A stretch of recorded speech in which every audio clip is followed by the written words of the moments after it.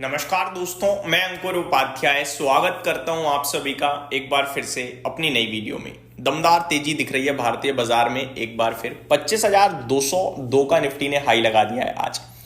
मैं आज सिर्फ इतना ही बोलना चाहूंगा कि 25,100 के ऊपर निफ्टी जैसे ही निकला, आज एक्सपायरी हम सभी को पता है, तो कॉल राइटर्स ट्रैप हो गए और उसके बाद 25,200 तक डायरेक्ट जगह खुली जहां निफ्टी आ भी चुका है।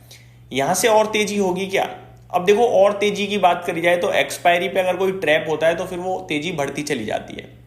लेकिन मैं आपको सिर्फ ये नहीं बोलूंगा कि और कितनी तेजी होगी, मैं आपको ये बोलना चाहूंगा कि आज 25,100 निफ्टी नीचे में ब्रेक नहीं करना चाहिए वापस से।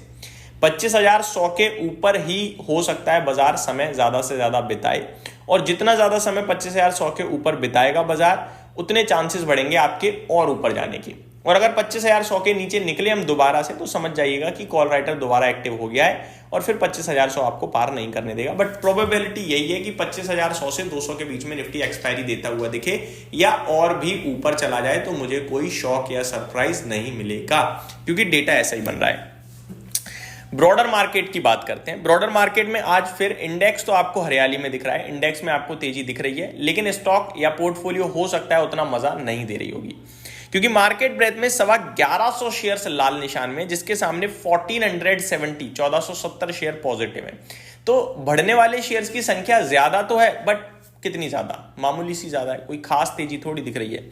एक तरफ निफ्टी नीचे से करीब 600 पॉइंट चल गया, और एग्जैक्टली नीचे बॉटम पे ही मैंने आपसे लॉन्ग पोजीशन के लिए भी बोला था 24,600 पे। अब निफ्टी तो 600 पॉइंट चल गया, लेकिन पोर्टफोलियो में उतना 3-5% का जंप नहीं आया। कुछ चुनिंदा स्टॉक्स हैं जो चले हैं, जैसे एनबीएफसी बैंकिंग क्षेत्र चल गए, बट ब्रॉडर मार्केट उतनी नहीं चली है, ये हमने अभी नहीं देखा है। तो आज एक्सपायरी के बाद अगर कल बाइंग बनती है तो बाजार और ऊपर जाएगा, जिसमें पोर्टफोलियो ऊपर जाएगी। लेकिन अगर बाइंग नहीं आई तो पोर्टफोलियो वैसी रह जाएगी, बाजार भी गिर जाएगा। ये आपके लिए डेटा हो गया। तो यहां से अब फ्रेश लेना, फ्रेश खरीदना, फ्रेश तेजी के लिए हमें वेट करना चाहिए। अब आ जाता हूं मैं आप सभी के साथ थोड़ा और डेटा पे। दो लिस्टिंग हुई दोस्तों आज, दोनों खराब। ग्लोटिस 30% नीचे, फैबटेक 3% नीचे। आज एक आईपीओ बड़ा ओपन भी हुआ है जिसका नाम है एलजी इलेक्ट्रॉनिक्स। कंपनी बहुत ही शानदार है, हम सभी को पता है, हम सभी के घर में ब्रांड्स, हम सभी के घर में उस ब्रांड के प्रोडक्ट्स होंगे, मेरे घर में भी है पर्सनल लेवल पे। मैं सिर्फ इतना ही बोलना चाहूंगा कि ये पूरा ओएफएस है। ओएफएस से मुझे प्रॉब्लम नहीं है, प्रॉब्लम है मुझे पूरा का पूरा कोरिया चला जाएगा पैसा, देश से, इकोनॉमी से बाहर। ठीक है कि कंपनी अच्छी है, रीजनेबल वैल्यूएशन है, प्रोडक्ट पोर्टफोलियो बहुत अच्छी है, पैसा बनेगा। एक थोड़ा सा क्या है कि इमोशंस बीच में आ रहे हैं, अदरवाइज कंपनी सुपर्ब है। मैं ये चाहता हूं लिस्टिंग शांति भरी मिल जाए, तो लिस्टिंग पे पैसा लगाएंगे तो ज्यादा मजा आएगा। बाकी आईपीओ में आप अप्लाई करना चाहते हैं देन डेफिनेटली कर सकते हैं, कंपनी बेहतरीन है। आगे बात करते हैं दोस्तों, सेक्टर स्पेसिफिक देखा जाए तो मेटल्स में तेजी है आज %0.5 की, एनर्जी में %0.5 की तेजी है, फाइनेंशियल सर्विसेज में %0.5 की तेजी है, मिड कैप सिलेक्ट और ऑटो में 0.44% की तेजी है। निफ्टी बैंक भी 0.4% ही ऊपर है। Real estate, FMCG, media flat to positive है, फार्मा बिल्कुल फ्लैट है, आईटी और पीएसयू बैंक्स में हल्की हल्की गिरावट देखने को मिल रही है।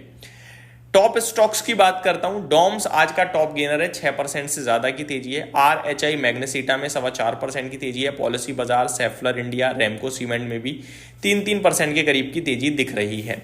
टॉप लूजर में टाटा इन्वेस्टमेंट का शेयर है आज 4.25% नीचे, इंडजीन 3.5% नीचे, एमएमटीसी 2.25% नीचे दिख रहा है। ब्लू जेट और ट्रेंड में 2-2% की गिरावट है। बढ़ते हैं अगले सेगमेंट की तरफ, ब्रोकरेज हाउसेस की रिपोर्ट्स। ब्रोकरेज हाउसेस कहां पे बुलिश हो रहे हैं, एक एक करके आपको रिपोर्ट बताता हूं। एक इंडिगो पे रिपोर्ट आई है इन्वेस्टटेक की। इन्होंने इंडिगो पे 4,050 रुपए का लक्ष्य दिया है, और इंडिगो का शेयर आपका ट्रेड कर रहा है 5,650 पे। बहुत ज्यादा नीचे के लक्ष्य की बात कर रहे हैं, 30% ऑलमोस्ट।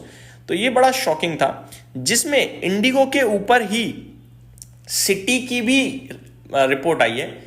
बाय की रेटिंग को बरकरार रखा है और 7100 रुपए का टारगेट दिया है, यानी कि करीब 2600-2500 रुपए ऊपर। ये करीब आप कह सकते हो कि 40% का टारगेट देख रहे हैं। तो एक ब्रोकरेज कह रही है 30% डाउनसाइड, एक ब्रोकरेज कह रही है 40% अपसाइड। बहुत ही कंफ्यूजन है।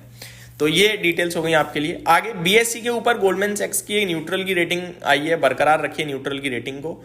और टारगेट दिया है 2220 रुपए का। स्टॉक भी एग्जैक्टली इसी के पास ट्रेड करता हुआ दिख रहा है। मॉर्गन स्टैनली ने अंडरवेट की रेटिंग को बरकरार रखा है बैंक ऑफ बड़ौदा पे, टारगेट प्राइस दिया है 110 रुपए का। ट्रेंड के ऊपर मॉर्गन स्टैनली ने ओवरवेट की रेटिंग को बरकरार रखा है, टारगेट दिया है 6359 रुपीज का। बैंक ऑफ अमेरिका ने HDFC बैंक पे बाय की रेटिंग को बरकरार रखा है और टारगेट प्राइस दिया है 1175 रुपीज का। ICICI बैंक पे बैंक ऑफ अमेरिका काफी बुलिश है और टारगेट दिया है भाई साहब 1850 का। इंटरेस्टिंग बात यह है कि टारगेट इंक्रीज करा है 1750 रुपए से। तो ये कुछ ब्रोकरेज हाउसेस की रिपोर्ट आते हुए दिख रही है जो मैंने आप सभी के साथ डिस्कस करी। आगे बढ़ते हैं दोस्तों कुछ और इंटरेस्टिंग चीजों के बारे में। अगर कुछ खबरों की बात करी जाए बड़े लेवल पे जिनके दम पर एक्शन दिख रहा है, तो मेरे को ऐसा कोई स्टॉक दिख नहीं रहा है जो खबरों के दम पर एक्शन में हो। निफ्टी की तरफ बढ़ते हैं आगे। निफ्टी में आपके लिए 34 स्टॉक्स पॉजिटिव है, 16 नेगेटिव है। टॉप लूजर ट्रेंट है। टॉप गेनर की बात करी जाए तो जियो फाइनेंशियल है। दोनों 2-2% के समथिंग का मूव दे रहे हैं। रिजल्ट सीजन शुरू है आज से, जहां पे श्रृंगार house of mangalsutra, Dev accelerator दोनों अपने अपने नंबर पेश करेंगे आज। नंबर से पहले दोनों में 2-2% की तेजी दिख रही है आज के सेशन में। यहीं समाप्त करता हूं इस वीडियो को। उम्मीद करता हूं डिटेल्स पसंद आई होंगी। Thank you so much for watching this video. Have a great day guys.